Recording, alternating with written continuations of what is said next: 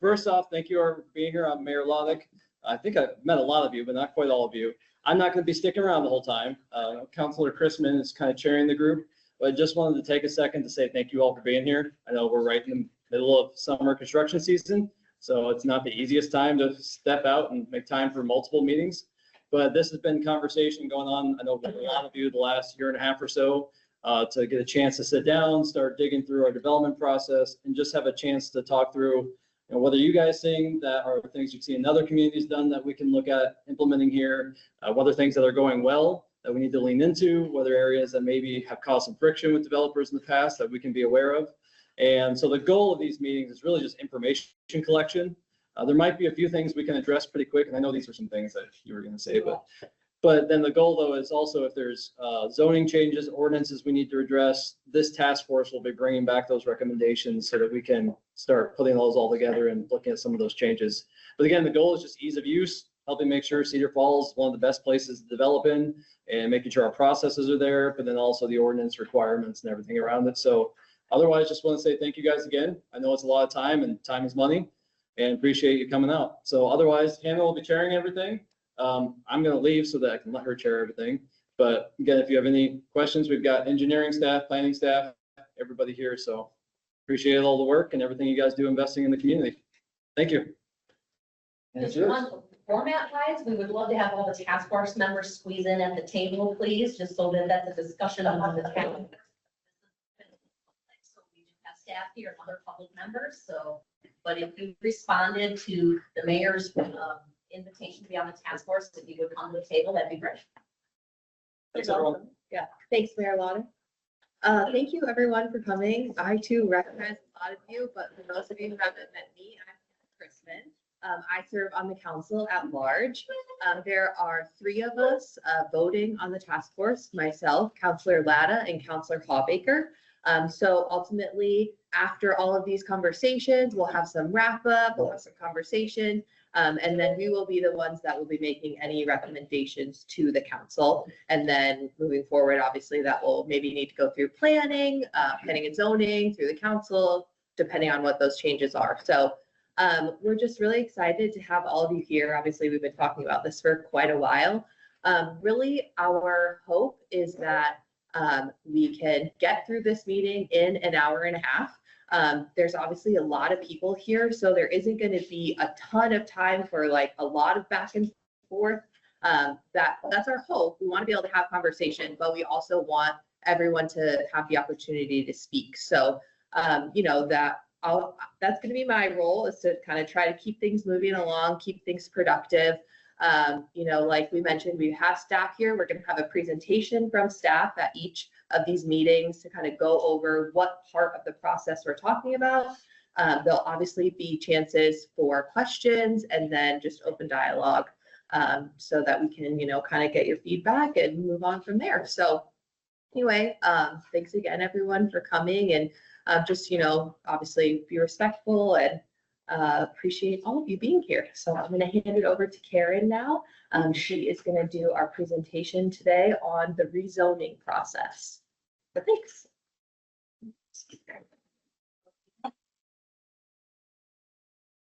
Good morning. How's everybody? So we're just going to go through the rezoning process and then talk about the state requirements, because a lot of the rezoning process is dictated by state code. And a couple different types of rezonings that we often see, kind of our basic application requirements, and then really go dig into that review process that you all go through, which many of you are familiar with. So starting out with the state requirements, Iowa Code chapter 414 contains rules for cities and how they operate, cities and counties. So for rezoning, the state requires that the Planning and Zoning Commission have to hold a public hearing and forward the report to the council before the council can take action on a rezoning. And then it requires publication of notice in a paper of record at least 7 days prior to that public hearing. So that's why the council holds 2 meetings on rezoning. I want to talk a little bit about the protest. If there is a written protest filed by owners of 20% or more of the property within 200 feet, that's a mouthful. That's what could trigger a protest, a formal protest for a rezoning. Don't see that very often, but occasionally, if it's something controversial, people can collect signatures, and it's owners of 20% or more of the land area, not 20% of the owners, but 20% of the land area within 200 feet. And that protest must be filed before or at the public hearing. That's that public hearing at council, that first reading. Idaho Code 380.3, ordinances must be voted on for passage at 2 council meetings prior to the final meeting where it is passed. So in other words, 3 votes by the city council. And if any one of those votes fails, then the ordinance is considered defeated. So we see typically a couple different kinds of rezonings in Cedar Falls. We have kind of our standard zones. These are the older zones, the R1, R2, C1, C2, the manufacturing zones, industrial zones. Those rezonings are just standard rezonings. We also have quite a few plan districts. The RP plan district, the PC2 commercial plan district, mixed use district is often one. Highway 1, we see quite a few of those rezonings as well. Those take a little bit more, or have more requirements involved. So I'm not going to go through all this, but the application requirements are on, we have those on our website. The applications are there. We often, if you meet with us beforehand, we'll send you the application and walk you through it. But for a rezoning, it's fairly simple. It's why do you think it's appropriate to rezone this piece of property? And then you need to give us the addresses of property owners within 300 feet. And then of course, a legal description and a plat that shows the area that you're rezoning. If it's a planned development, there are quite a few other things, and I'll dig into that just in a little bit. So for planned developments, it involves quite a bit more as far as submitting. That's if you already know you're master planning your property. So you already know the land uses you want to put in there, the street layouts, the buildings, the mix of uses, the traffic flow.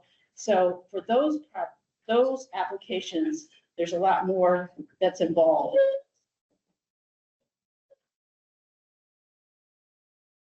So the standard approval criteria for rezoning, and this is what the Planning and Zoning Commission and City Council, of course, are looking at too, is it, first of all, is it compliant with this comprehensive plan?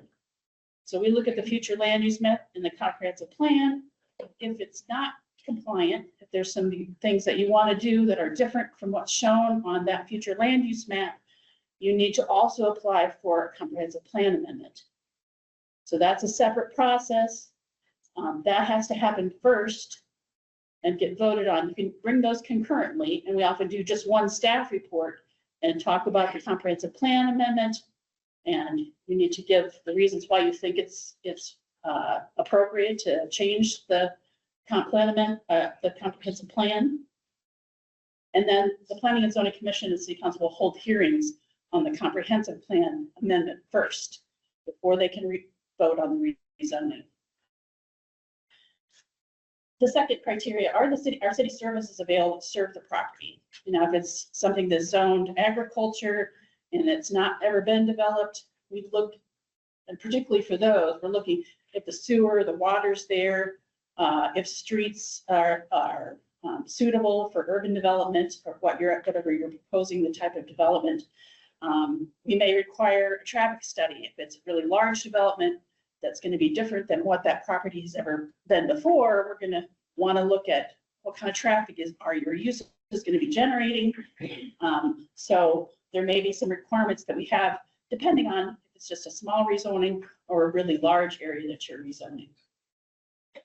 And then finally is the street network, like I said, adequate. So the plan district requirements, and I know there's been quite a few RP zonings, rezonings, rezonings to mixed use. That's a zone that's often used. They do provide quite a bit of flexibility because you can mix the uses in those zones. And you can also play a little bit with the dimensional standards, like set your own setbacks, for example. And so it does provide that flexibility, but you need to indicate specifically what those variations are through when you submit your application. And then, of course, if you set up a master plan and in the future you decide to change it, you have to go back through that same process to change the master plan, go back through P&Z and council. So it requires more time for review because it includes elements of zoning, subdivision, and site plan analysis. Now, you don't have to have a full-blown plat at that time or a full-blown site plan at that time, but pretty much there's quite a few elements that you are required to really dig into. So it takes probably more upfront cost to the developer to do the plan developments because you have to figure those things out and submit those that paperwork to the city. And then also, if you're going to do a master plan, we need to see a master plan, site plan, have to lay it out.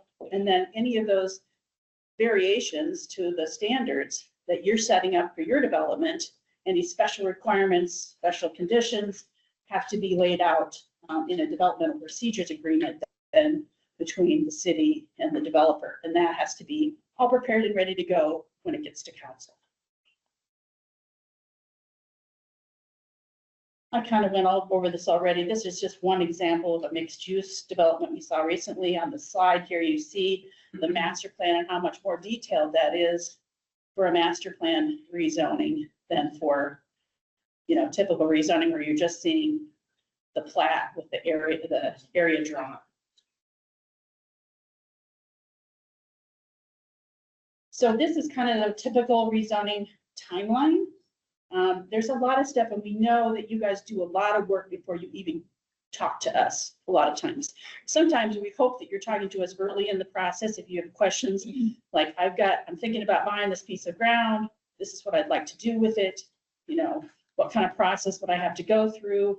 We can check the comprehensive plan. We can check what's appropriate, what we think would be appropriate zoning for what you want to do. So we invite you really to come for those discussions ahead of when you make a formal application, because we know that when you make a formal application, you're putting money into those designs and that engineering work that sometimes has to occur, your environmental report, that sort of thing.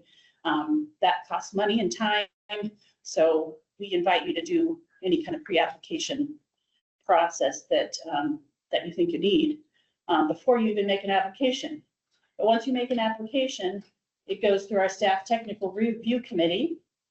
And I'm going to dig into this a little more later, but it goes to staff technical review committee. That takes several weeks. If it's a plan development, it can take months because you're dealing with all the details.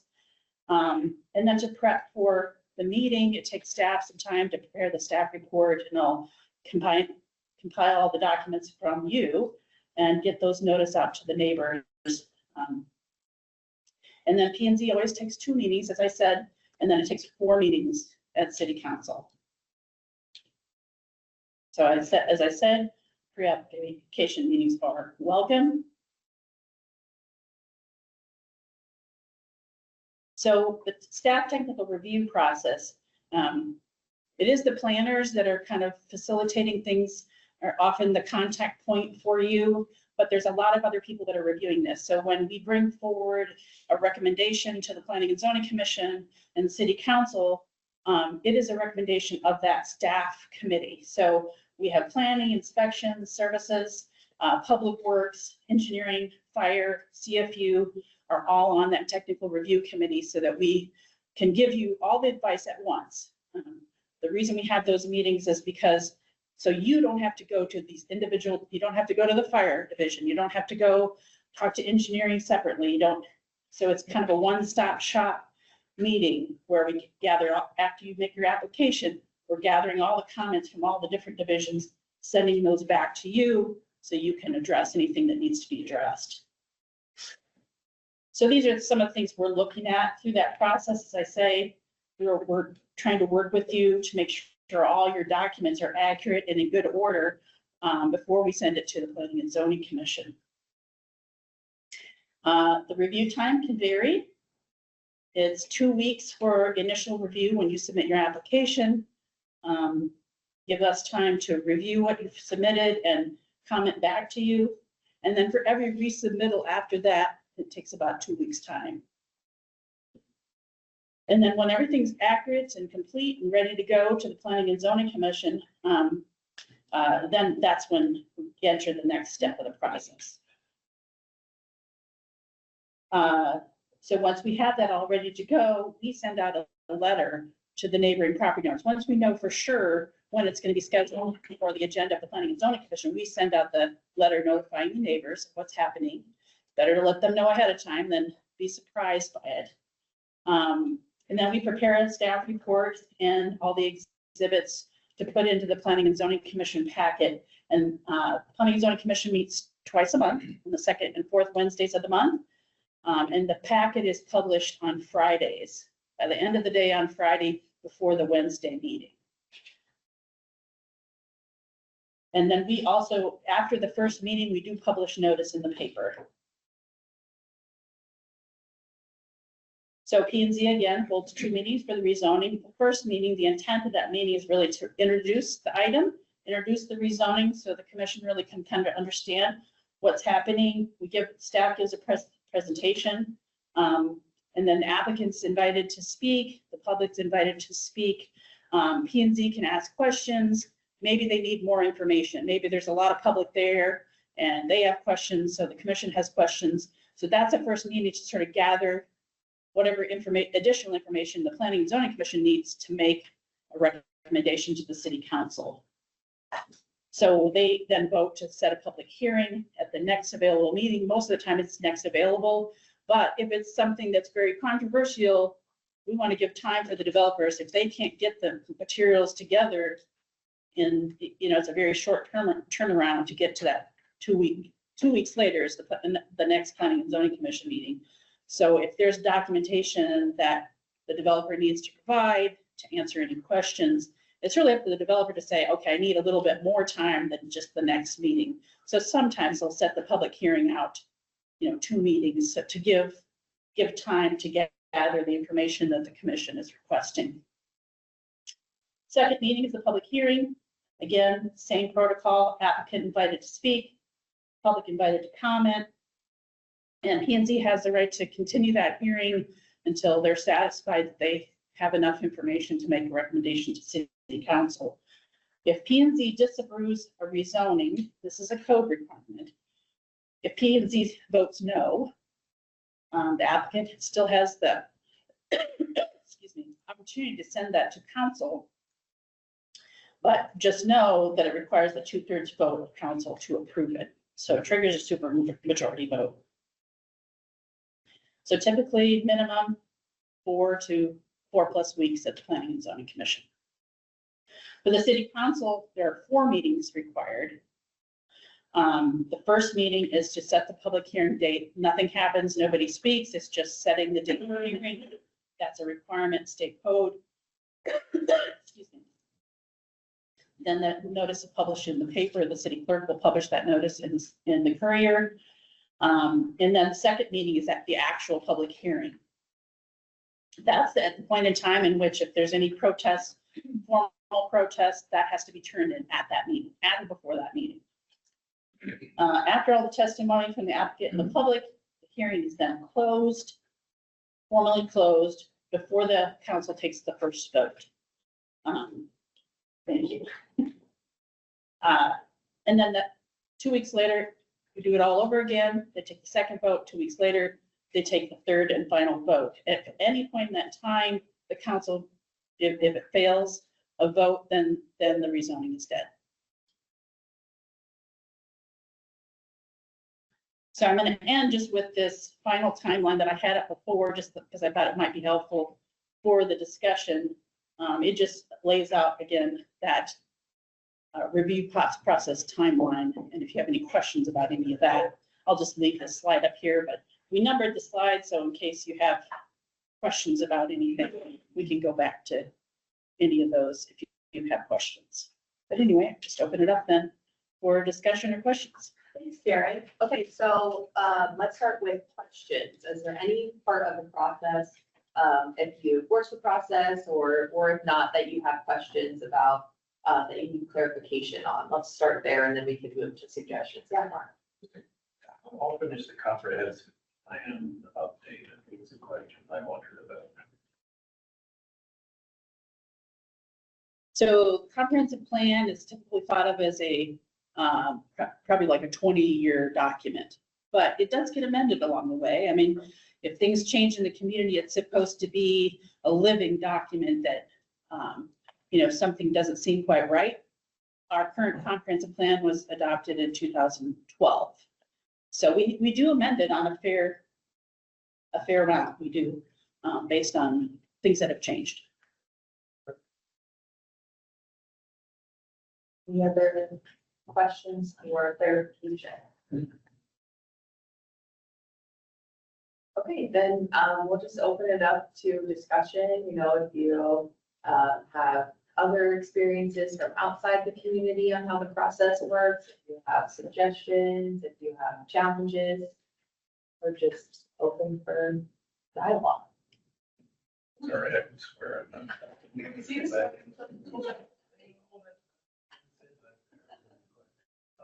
So we did the housing study a couple of years ago, I guess it's been actually now, and there was a pretty obvious need for costs, the way that they are, land costs being one important part of that.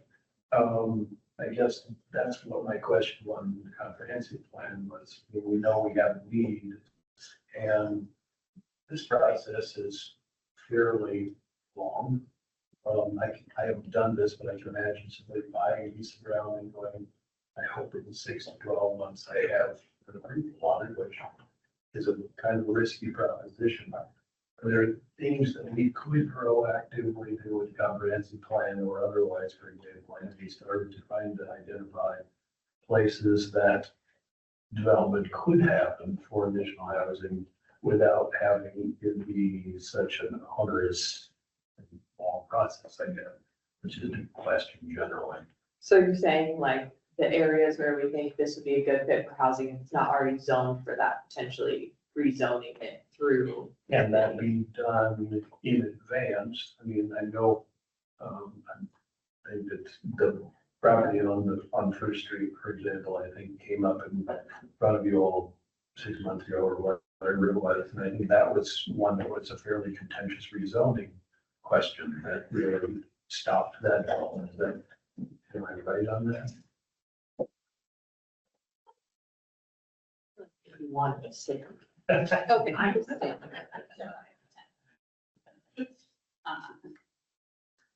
Yeah, I think the land that's not zoned for development, which is the area that's zoned ag, that's kind of a holding zone, and it's zoned that way because there may not be city services yet there. So those are the kinds of questions. So when we have larger areas brought in for development, we need to make sure the sewer's there available, the water's there, what needs to be done to make it developable. Yeah. For small infill sites, I mean, hopefully some of those sites are already zoned for development. Right.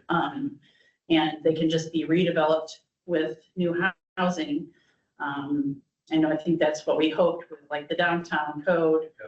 We updated that code to allow some more development to occur downtown. And we could potentially do that in other areas, but we'd have to make sure that the infrastructure is there to support it.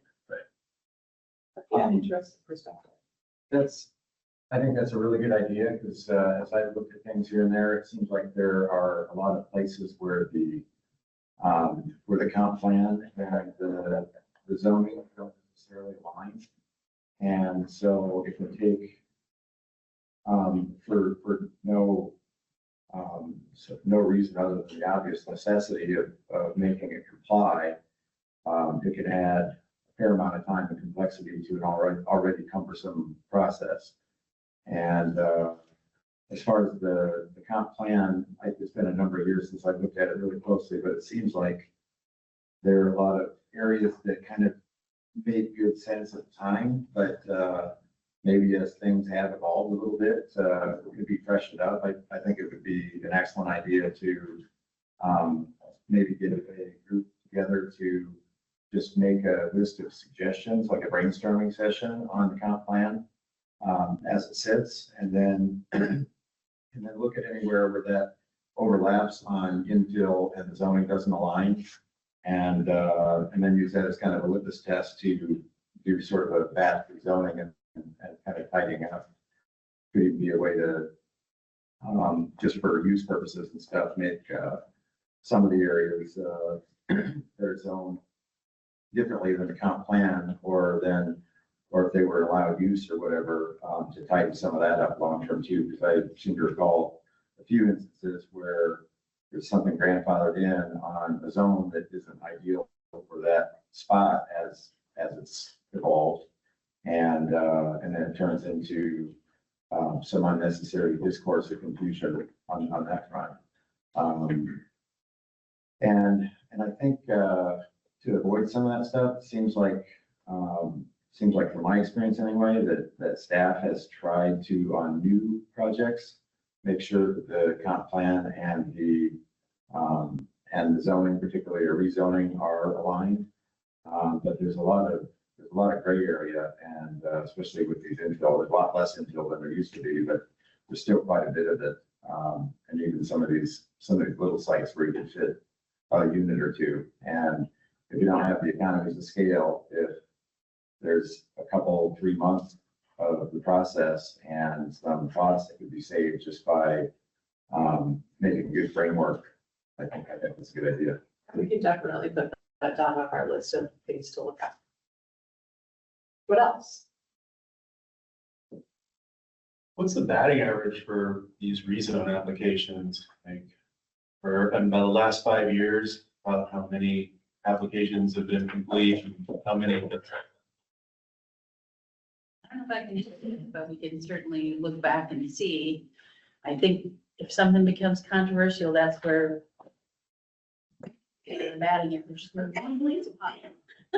But the standard, zoning for, platting home lots is pretty good. But I know what you're talking about. Comes to infill sites, or if there's already development nearby where the people that live nearby come out, and then there's anything that's going on, and we have to kind of think about that. So those are tougher. We can see about getting that number. I guess, and also, if you make it through the commission, like how often does it end up being stopped when you're in the council? Even though the first phase was successful. That's like a secondary to that question. You can look at those numbers. Yeah. But yeah, we could definitely get those numbers. I don't think anybody, I'd be surprised if anybody in the room that tries to bring controversial projects forward. You can figure out how to keep it controversial, by doing more planning and developers will be in a much better position to sort of set up a piece of ground and say, it's good for this kind of property or that kind of property or whatever. But and a piece of property comes available, and you go, if I can do that there, that's a hard question to answer, I think.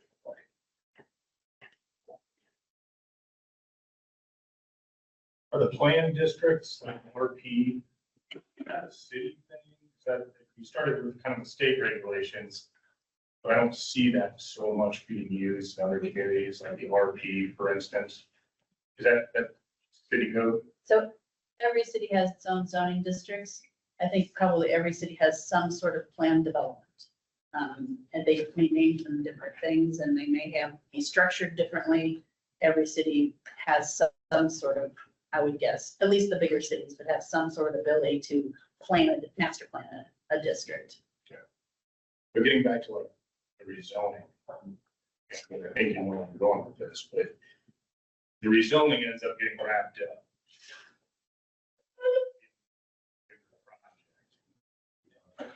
Controversial stuff. And all of a sudden, rezoning's wrapped up in that, even if it would make sense to most people to rezone a piece of the property. And the developer may end up spending a lot of money just to try to get zoning for that and get wrapped up in the wheel. I'm just wondering, would there be a way to separate that in these RP, MP, whatever, be rezoning master plan, and actual approval project? Because I think if a developer could go in and say, can this be rezoned? And the answer was no, they wouldn't go so far down the road, spending lots of money. Just didn't know if that's something when you look at, maybe separate the two different processes, because that'll developer buying property, evaluate their situation before they spend money. I think the tough thing about a planned district is that you need to have a plan because there are no standards. And if you were to choose a standard zone, everybody, including the public, knows like what can happen in an R1 zone. Okay, we get single family houses, they're set back this far from the street, there's, side setbacks and rear setbacks, and people know what to expect and the public knows what to expect. So they're less, there's more no. If it's a planned district and there's no plan, nobody knows, including the public, what can happen. And I think sometimes where we get wound up is if there's not a good master plan to start with, if it's not well defined, and later the developer finds, okay, I need to change my plan. And you've got people living in your development already that expected it to be like the plan, they might come out and oppose it then. So you've got all the people that you've already sold houses to that come out and say, wait a minute, you promised that you were going to do X, Y, Z. I'm opposed to this because I bought into this development assuming that you'd already master planned it. So that's, I think, where the plan development can go sideways, I think, if it takes a long time for that development to occur. If we look at this from the developer standpoint and their mindset, they're going to have a 10-step process to get to eventually the construction side. And what we're being asked to do on master plan of developments for individual projects is provide a certain level of information and detail that is in the step 4 for the developer. And now they're being asked to go to such a length from a cost and a time, a resource standpoint, so that staff can review and approve. It's a little contrary to the way a contractor or developer thinks, where we want to talk about incremental milestone approval points to go, no go, each milestone. And so by the time we get to the information that's being asked for tech review, it's a pretty substantial amount of work and involves a substantial amount of resources. And we'll say money, because time matters, but it's money. And so do we even want to move forward with the project, not even knowing if it'll be approved or rezoned? But we've already spent, if it's a substantial residential master plan, let's say, or mixed use, they may have to spend $50,000 to $100,000 on engineering, and we're talking about streets and we're talking about radii of turns, we're talking about infrastructure. We don't even know if it can be rezoned, and I've already paid my civil engineer to design how big the stormwater pipe under the road needs to be, and I don't even know if I get this rezoned or I don't even know if it's will meet the expectations of the city to even move it forward. Now you're asking that developer to take on a substantial burden with a lot of unknown, and they're weighing that risk on that project. And so projects may not even come to fruition because they're just not willing to go out on the limb that far. We can have lots of unofficial meetings and talk about concepts, but if they can't get any kind of approval moving forward without doing all of this work, puts the project in jeopardy because it puts a lot of risk on the developer. So if there was some way that this process could have, depending on the scale of the project, I'm not talking about maybe rezoning one property or one lot, but if it was a master plan or mixed use developments larger, is there an interim step where we can get, hey, this concept is good. We still have to work out the size of the pipe, the radii, the number of streets, do we turn street, turn lanes or whatnot. But if there was a middle step or an interim step, again, depending on the size of the project, and we don't want to have 6 different processes in place, but it puts a substantial burden and which puts everyone at risk. And that becomes, a real thought process of whether we can present a project and move forward. So, and that's probably something you can't answer today. I'm not expecting that. Saying, just thinking about that process, is there an interim space where we can get, hey, the city's at least on board with this? We can't say, we still have to go to vote, do things, but you're meeting all of the stuff, but we didn't give you everything. And we know we have details to work out. I mean, Is that kind of a general sentiment of the group that you feel like if you're trying to do a really big project like that, that level of risk is too high? So you don't take those steps? Like, has there been people in this group that have considered that have stepped back from doing a project? Yeah, Can I, Chris. can I ask, and if that's the case, are there other communities that you've worked with that have a better process than we Look can at, mirror our process too? Because I don't disagree with what you said with the go, no-go phases of this. I think that mitigates some of your risks. Sure. Not at all, but our experiences, there are other communities that have a little bit different process. It's not substantially different. I would say it's far more of an attitude and a willingness to meet and run through stuff. And we are seeing that change happening in Cedar Falls in real time. We're experiencing that on projects where we're getting opportunities to meet, unofficially sit down, and in case everyone has read through the zoning ordinances or some of the stuff, it's fantastic reading.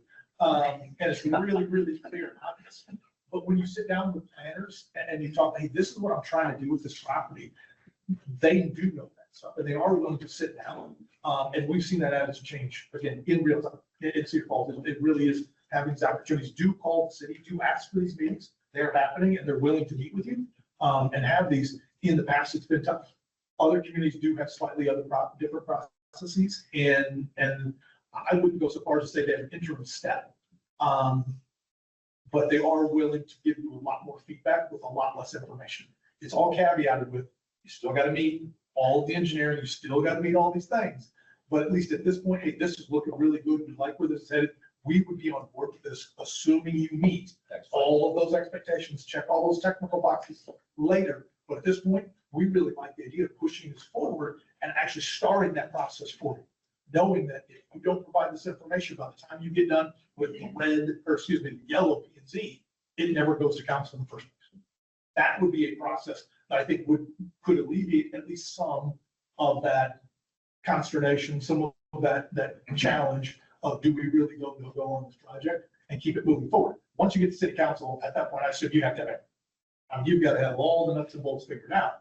But between now and then, could there be, hey, this is heading the right direction, but we still have to have this. And if you're slow getting the information, he's going to hold you up and say, we can't send this to the last one until all this information is. And so now you're at risk wasting city's time, P and Z time. But at least now we have more clarity earlier. And I think that would be massive projects to actually get jump started or have projects move forward that otherwise may not. Thanks. Just follow on that, Chris. The new downtown building, and just plug Karen and staff have been working with us on the improvement projects that we've done under the new downtown code, and that administrative process works much better. And I would say that would be a good model to really look at for sort of other things as well. It's not easier and it's not more, right? It doesn't take less time, just clarity for everybody in the room, but it's much more consistent, I would say, because you're not sort of dealing with 2 or 3 sets of people. There's separate sets of questions. So the difference, one comment I would make is with a plan development, you have, like you said, a lot of information that has to go into that plan development. If you have a zone set up that already has all the rules set up that the public and the council and everybody have agreed about, like the downtown, then you have those zoning rights.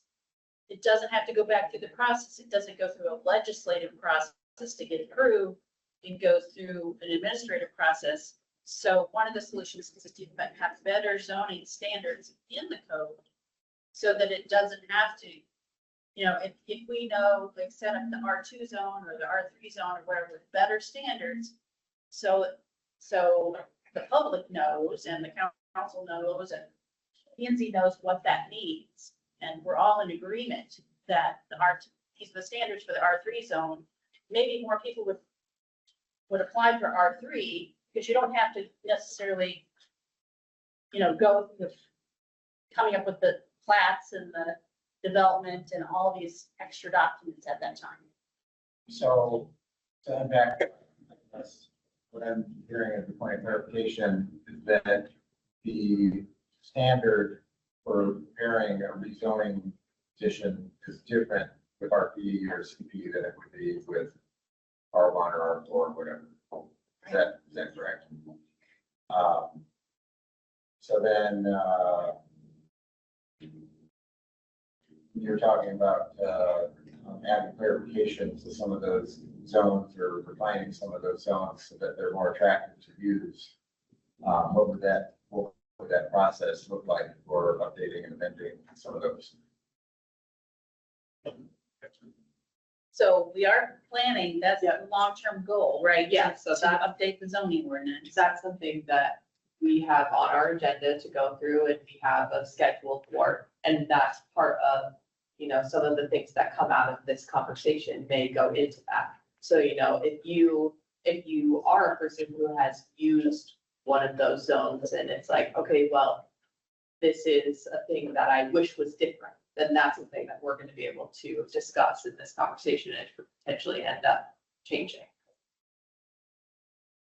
Yeah, right. This concept that he described is really beneficial to the developer. You can be putting together all that stuff that you go through town, because you go through planning and zoning along the way, but it just really speeds the process. The one spot that we've had difficulty with is not really any of the process. It's between when the notices go out in for P and Z meeting. And I've talked to Karen about why can't we have, you get a lot of pushback, negative pushback on your projects. And is there any way that we can anticipate what those are going to be and then have an answer for them in the packet? So that we don't have to keep going through questions that are appropriate because we already meet the guidelines and regulations. Well, we always, we don't have a crystal ball, right? We don't know who's showing up at these meetings and what the public's gonna say, but we try to provide guidance to you when you come in for us and we'd say, the last time in this area that something happened like this, these were the concerns. So you need to be prepared to answer those concerns. So we do try to do that. We don't always know who might show up and have a question. So we try to do our best to give you some guidance in that regard, but it's not perfect. Karen, if you get public comment emailed ahead of time, that's part of the packet, PNC, is that correct?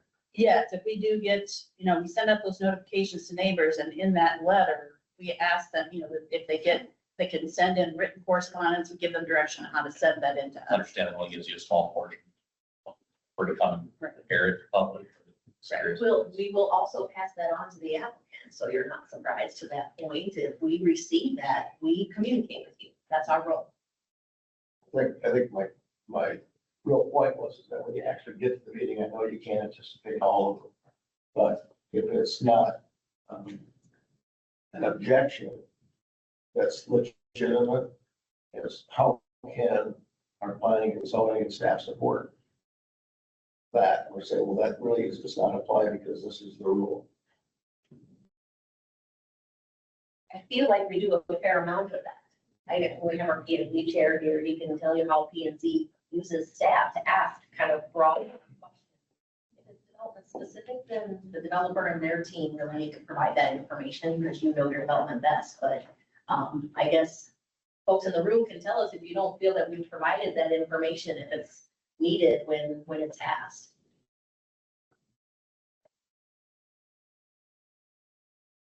It's hard to tell the public that their comments are not legitimate. Yeah.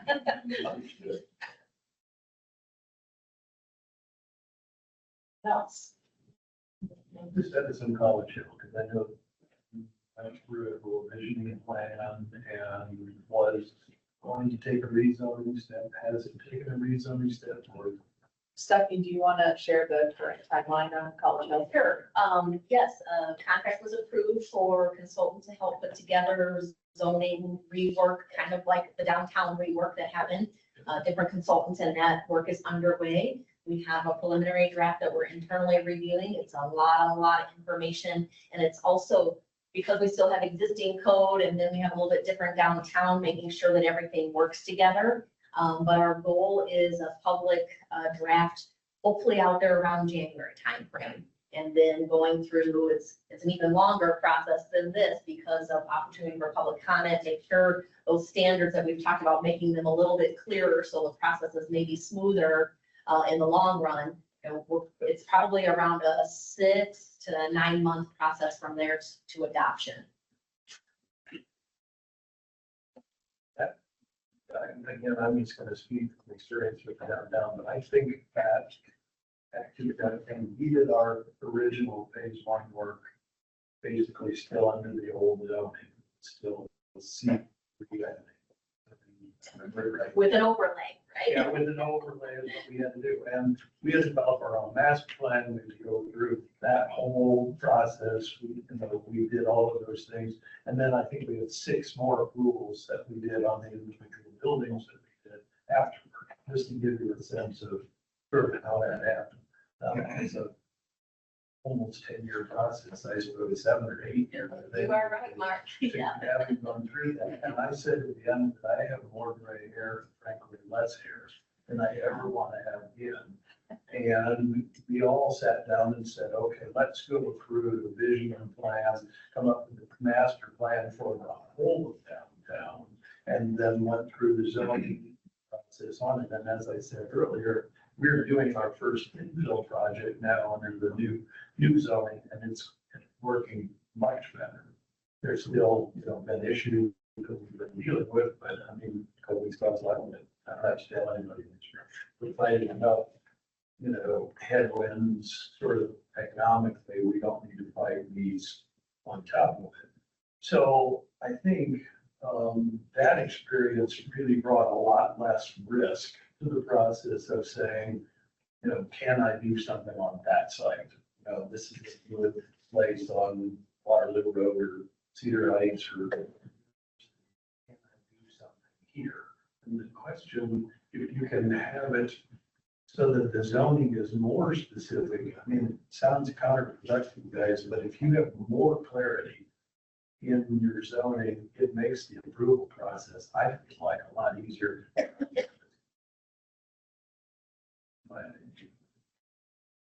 And I think that obviously you have less people coming forward with concerns because they know what to expect already. That works already. It was a 2-year process putting together the vision. How long did you guys spend in College Hill? Well, it was a long time.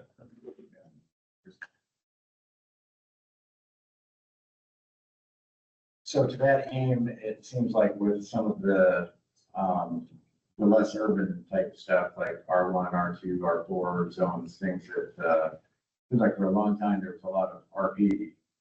And it seems now that there's been sort of a discouragement from RP just from some of the issues that have come from it.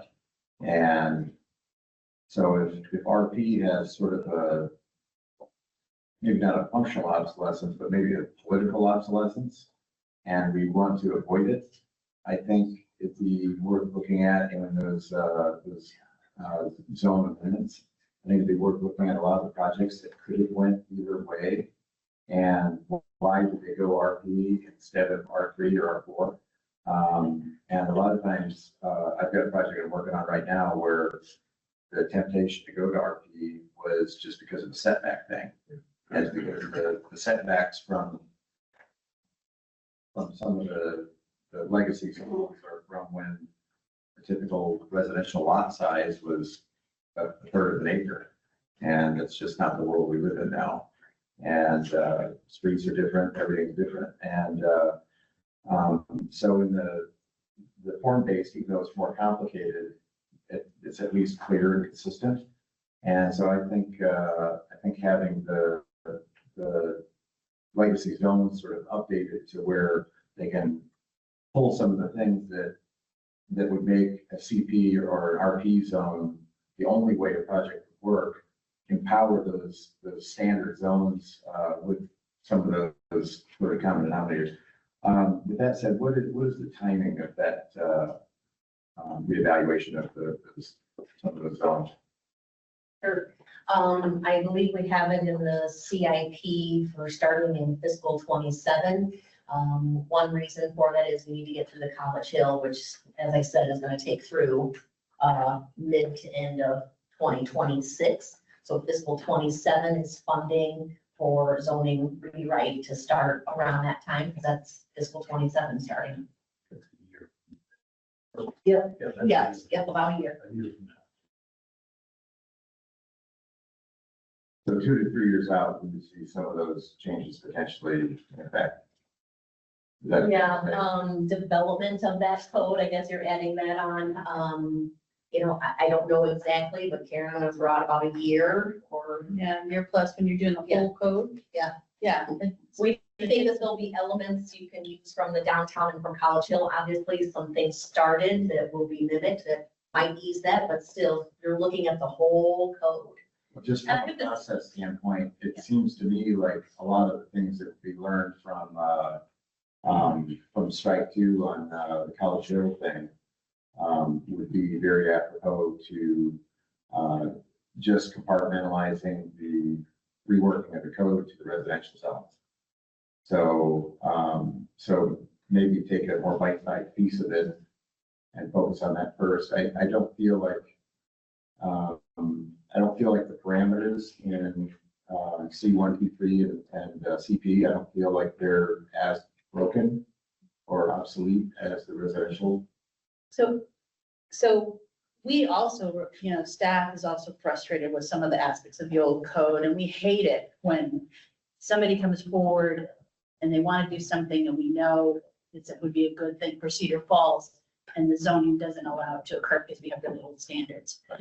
What I would say from a person that's written code and done a whole code, it's much easier to take the whole code and rewrite it, because there's aspects of the code like the parking, the lighting, the landscaping, all that stuff can be streamlined and really look at those old zones and make sure all the standards are the way we want them. And then, so it's hard. We started off taking bite-sized pieces, downtown, College Hill, but then I think the realization was, if we keep going that way, it's gonna take us forever to get to the whole code. Yeah, and I think, it's looking at how long downtown took, now how long College Hill is taking. It's like, if instead we can just take that, basically that same amount of time to do all of it, then that I think will be our goal, because then we just have it done and focus on that. And maybe to explain why that choice was made. I mean, one is budgetary, the cost involved. Two, test it out and kind of see how it's working. Is it doing what it's intended? And then take the bigger step of the whole community. You're talking about College Hill versus, Downtown and College Hill and that whole thing. Yeah. Just for the sake of having said it, I think a neighborhood vision plan is, I can imagine Cedar Heights, for example, or, some, the University Avenue corridor, still benefiting greatly from doing the planning work, the visioning and planning work that we've done in downtown College Hill, even over the zoning. Yeah.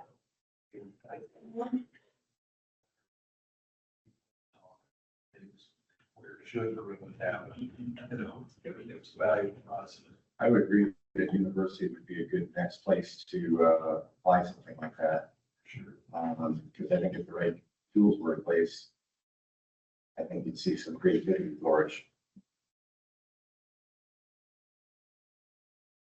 So in this process, we talked a little bit about having those meetings with everyone at the table, where you're getting your review of your project and they're giving you, that tech information back. How has that process been? Do you feel like you would need more meetings, or do you feel like you're getting in contact with people that you need? Do you have experiences doing that in other places and having that work differently? So I don't want to hear some feedback on that process in particular. I would agree with Dan Levi that the accessibility and and interest in finding solutions oriented response quickly, that is considerably, just for my exposure to it. So that's a sort of thank you or pat on the back to everybody. With that said, it still takes a really long time, and if there are some, and I don't have a simple solution here, but my clarification about the CP and RP zones, it does seem like we have to do the cart before the horse and more or less in the form of dollars, get all the way to the point where you're ready for plat, site plan, everything's pretty much done and vetted, before you can get to a rezone. And that is a huge risk. And if there was a way to abbreviate that in some way, particularly for the plan zones, I think that would be really helpful if you could just use some conceptual examples. That obviously still has to meet the standard and go through the site plan review process and everything else. But I'd like to think that there's a legal way to simplify or abbreviate those standards for those plan zones. I don't know what that looks like, but that's what it feels like. And the details are way above my pay grade. You separate projects into two buckets: master plan and plan developments, large projects, and then specific parcel projects. The city, both from the planning and zoning side, as well as from the building department, if you ask for a meeting, they will put a meeting together. They will put the right people in the room if you ask them to do that. It's been extremely helpful. Jamie's been doing that for us for a couple of years, very recently. Again, just the other day, we met with P&Z and got some great feedback on a parcel our client didn't know. Said, hey, we're thinking about this just conceptually, does this work? Again, all of this is unofficial, but it gave us an insight into the thought process, and it clarified some zoning and some setbacks and some other issues that we did read the same way. It's not, when you write it for a living, it makes sense. It doesn't make sense then. And so really have great insight. I will say there are a lot of other larger communities have regular meeting times. Like it's a Tuesday at 9 a.m. and they let everybody in the room. So B&Z, engineering, stormwater, sanitary, fire department, building department, that everybody's in the room. It's a standard time once a week, once every other week. You have to submit to get a time, but you'll get a 15, 20-minute block, and you can walk in there with anything. Even if, again, if your client doesn't even own the property, you can still walk in and have a hopefully very confidential conversation about, hey, I'm thinking about doing this to this area or combining these parcels. Can you talk to me very high level? What are some concerns? What are things we really need to be paying attention to? Unofficial, you're not going to get all the answers because there's a lot of very complicated stuff they have to go back and check, double check. But other communities do have a regular time that you can meet with the city. And so you're not burdening them by, hey, Karen, we have another meeting. I got another project. Could you carve out some time for me? And it's set up on a cadence, and you just have to get on the agenda, and then you get to go in, you meet. There's no one else in the room. It's just you and the city. Because again, a lot of times we have projects, especially with our developer friends, that are very quiet. They don't want other people to know what's going on because they may not have the property secured, or they may be competing with someone else, or for any number of reasons. But you do get opportunity to meet with the city, and when it's on that cadence, you feel like you're not burdening the city. I know they'll say, no, don't call. It's okay to call us. You still feel like you're burdening. You're just not going to get around that. Everybody's busy. So if the city wanted to possibly consider something like that, whether it's every other week or something, having a representative from each area would be really big. Or, hey, we can't answer that today, but let's get back to you on that concept. That's good enough. I don't need an answer walking in the front door. I'm expecting to have everything memorized, and every project's a little different. But having that kind of opportunity for FaceTime with everyone involved in the process is really valuable. Okay, thank you. Yeah, that's really good. That was actually, I was at a few months ago, one of those special meetings where everyone was eager enough to get together with the right people in the room. And that idea came up of having kind of a standing thing like that.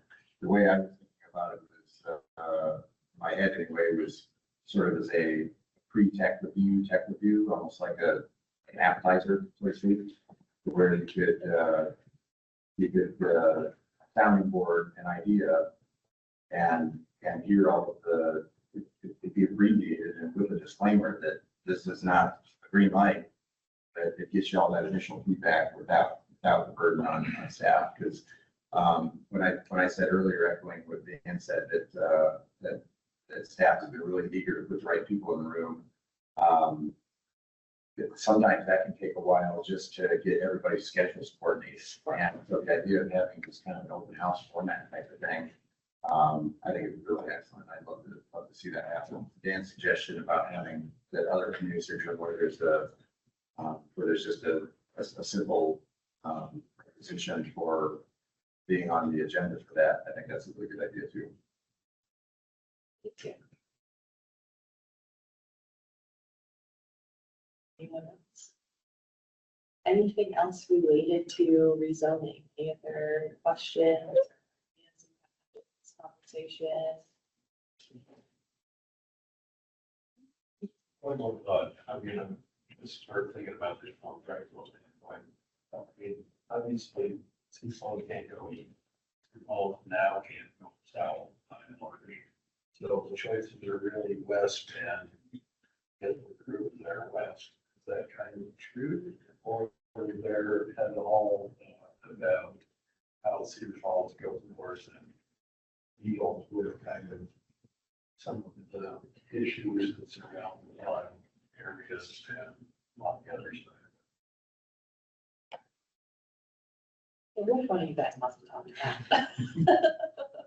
There's kind of an district have an answer really for that. We worried about, if you're asking about north of the river, really worried about the floodplain issues, as you've mentioned.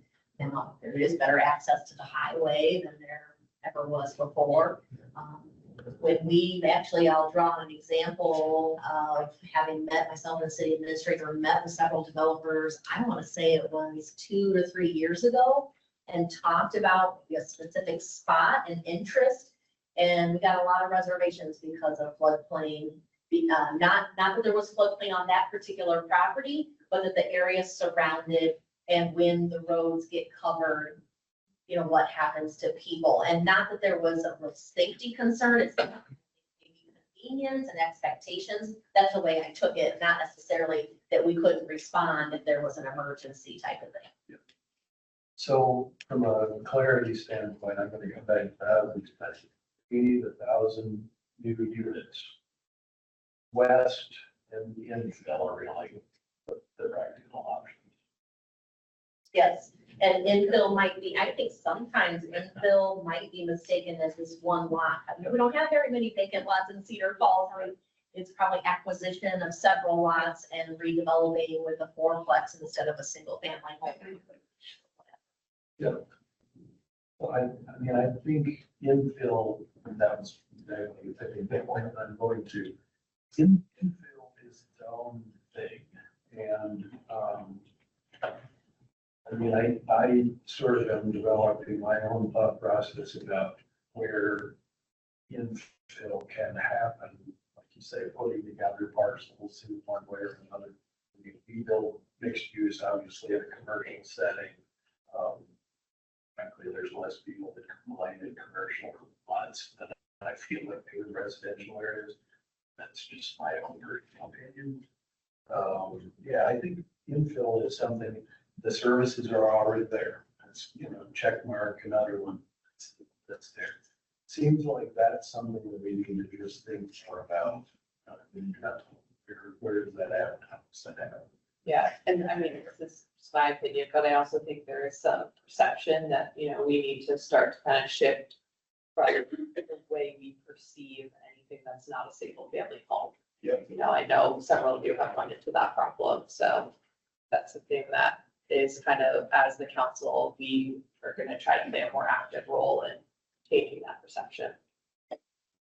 You just look at the population, we keep building more houses, but their population, our population doesn't go. Well, why is that? Well, there's just less people live in houses than there used to be. So what's that mean? Houses need to get smaller, lots need to get smaller, people need to, have cheaper homes to live in. All of those things should be in our plan. Okay, anything else? Anybody have any closing remarks? I had an idea a while back that I've talked to a number of people about on and off, and we're going to get way into it, but just from a process standpoint, an overlay district, are overlay districts something that we're trying to get away from completely by going to the mixed model and modernized zoning? Or is there a time and place where that is ideal to use? That's kind of a question, I guess. And then, secondly, the place that I've been thinking that would be appropriate for overlay district.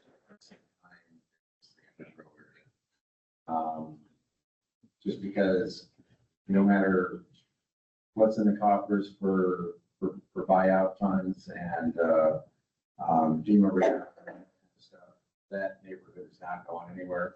And, nobody's afraid of it. Everybody's got their insurance sorted out for the most part. Values have increased. But it runs into this catch-22 of you can get DNR approval if you get city approval. You might be able to get city approval if you have DNR approval, but neither party wants to do the one first. So if there was a very clear set of standards where you didn't have to have a variance to build a deck on Cottage Row on a house that somebody just paid $400,000 for.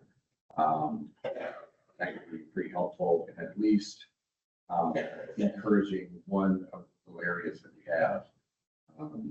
And if that were to happen, I think you could see some continued sort of free market gentrification of the rest of that area and an increased appetite towards development to the north, which there are ways to do. It's more challenging, but the important part of the community.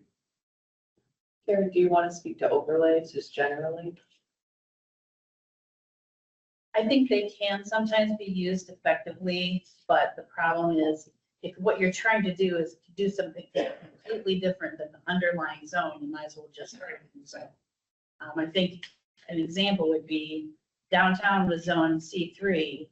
And if you look at the C3 zone, it allows heavy industry, all of these things, completely different than the character of downtown. So what they did is they put an overlay over that for years that completely changed the zone. So what we did with the downtown zone is said, okay, this doesn't really make any sense to have a base zone that doesn't make any sense for downtown.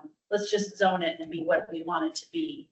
So I think, and then we have a lot of confusing overlays right now. We have that Greenway overlay, the Highway 20 overlay, and sometimes the overlays cross each other. And so you have slightly different standards in the overlay. So it does become very complicated. And I think if you talk to people that are writing codes, they probably say they don't prefer overlay zones, but they can be used sometimes effectively. So is the process for encouraging or proposing an idea similar to a rezoning amendment? Is that the same sort of legal function? Think about that the right way. Proposing a whole new zone would be a legislative process, and it would be the same process, but as adopting a new code. Okay. I'll bring it up again whenever we back the zoning updates then. All right, well, I'm gonna go ahead and give you guys some of your time back. We have our schedule listed on the bottom of the agenda. And so you've got everything all listed out there. Hopefully everyone that will make it to all the meetings will be back here in the same place. Is the next meeting September 18th then? I think, yes. Okay, Yeah, all right, just wanted to confirm that one. Thought change. Yes, very good. so. Yeah, okay, well, thank you everyone. Appreciate your time and we'll see you at our next meeting in September.